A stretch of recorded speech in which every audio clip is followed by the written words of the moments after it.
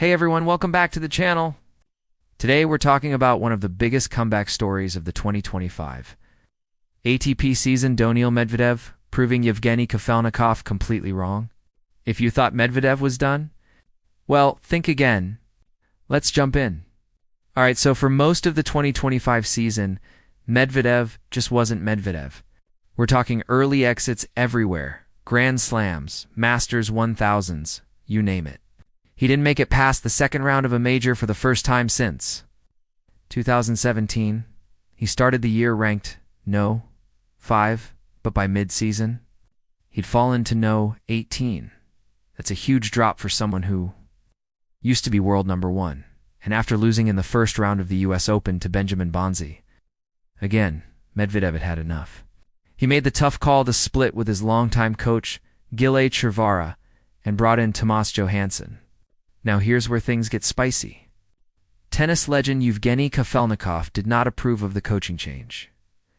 Back in September, he said, next year he'll be 30. That's the age when any radical changes won't bring much benefit, basically. He thought Medvedev was past the point where a coaching switch could help.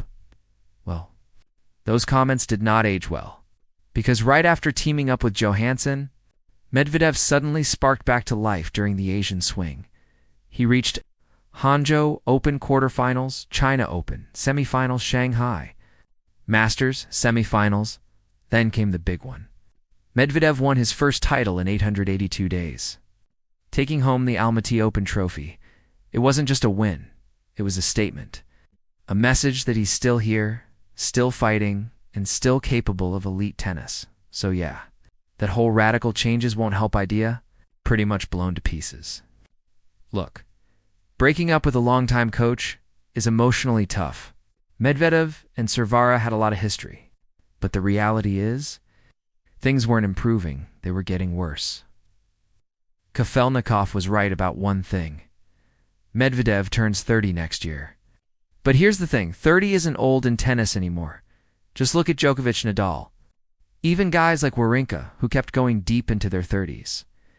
If Medvedev takes care of his body, he can absolutely stay at the top for years, and even if Johansson doesn't end up being his long-term coach, the decision to shake things up was absolutely the right one.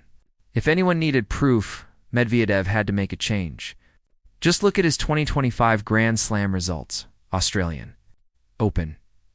Out in round 2 to teenager learner Tien in 5 sets, Roland.